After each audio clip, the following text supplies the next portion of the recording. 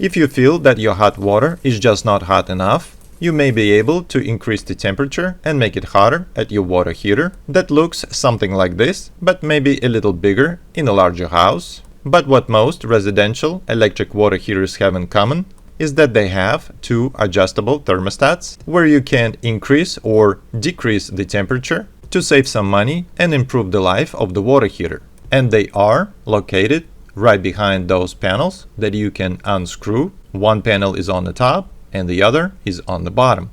However, if you have a gas water heater, you will probably have just one thermostat on the bottom. Here you will see a fiberglass or styrofoam insulation that you can simply pull out, but first it's better to remove power by unplugging or from the breaker. It should be a large one or a dual breaker. Just flip it off. And now you can safely remove the insulation, but still be careful in case your breaker was marked wrong.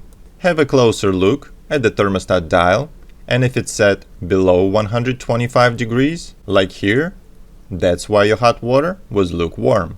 But you can safely raise it up to recommended 125 with a flathead screwdriver. And if your thermostat was already at 125, you can go just a little higher, but don't turn it all the way to the max. Because as the warning label says, anything above 125 can cause severe burns, especially if you have kids in the house. Remove the bottom insulation as well and adjust the thermostat to your liking. And it's best to keep both thermostats at the same temperature. So if the top is at 130, make the bottom 130 as well. And if you don't see any numbers on your thermostat, it may say something like hot and very hot instead, but the same rules apply.